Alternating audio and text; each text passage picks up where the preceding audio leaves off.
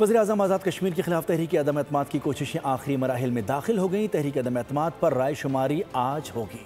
Peoples party کے امیدوار فیصل ممتاز راٹھور کو فارورڈ بلاک کے ایک اور رکن کی حمایت حاصل ہو گئی۔ انوار الحق کی کابینہ کے وزیر تعلیم دیوان چغتائی نے بھی پیپلز پارٹی کی حمایت کا اعلان کر دیا۔ دیوان چغتائی نے فریال تالپور سے ملاقات کر کے پی پی کی حمایت کا اعلان کیا۔ پیپلز پارٹی کو اب 37 ارکان اسمبلی کی حمایت حاصل ہے۔ چودھری انوار الحق کے قریبی ذرائع کے مطابق وہ تحریک عدم اعتماد کا مقابلہ کریں گے۔ آزاد کشمیر کی مختلف شخصیات نے فیصل ممتاز راٹھور کی نامزدگی کو اچھا قرار دیا۔ فیصل ممتاز راٹھور کی جو ایک خوبی ہم نے دیکھی ہے، یہ ایک مفاہمت پسند شخصیت ہے، تو میں سمجھتا ہوں یہ ایک خوشائن فیصلہ انشاءاللہ تعالی ہوگا آزاد کشمیر کے لوگوں کے لیے۔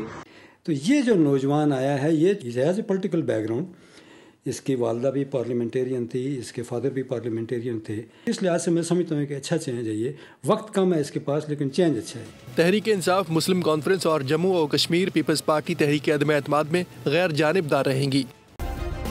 سبسکرائب کریں اور بیل دبائیں تاکہ کوئی خبر رہ نہ جائے۔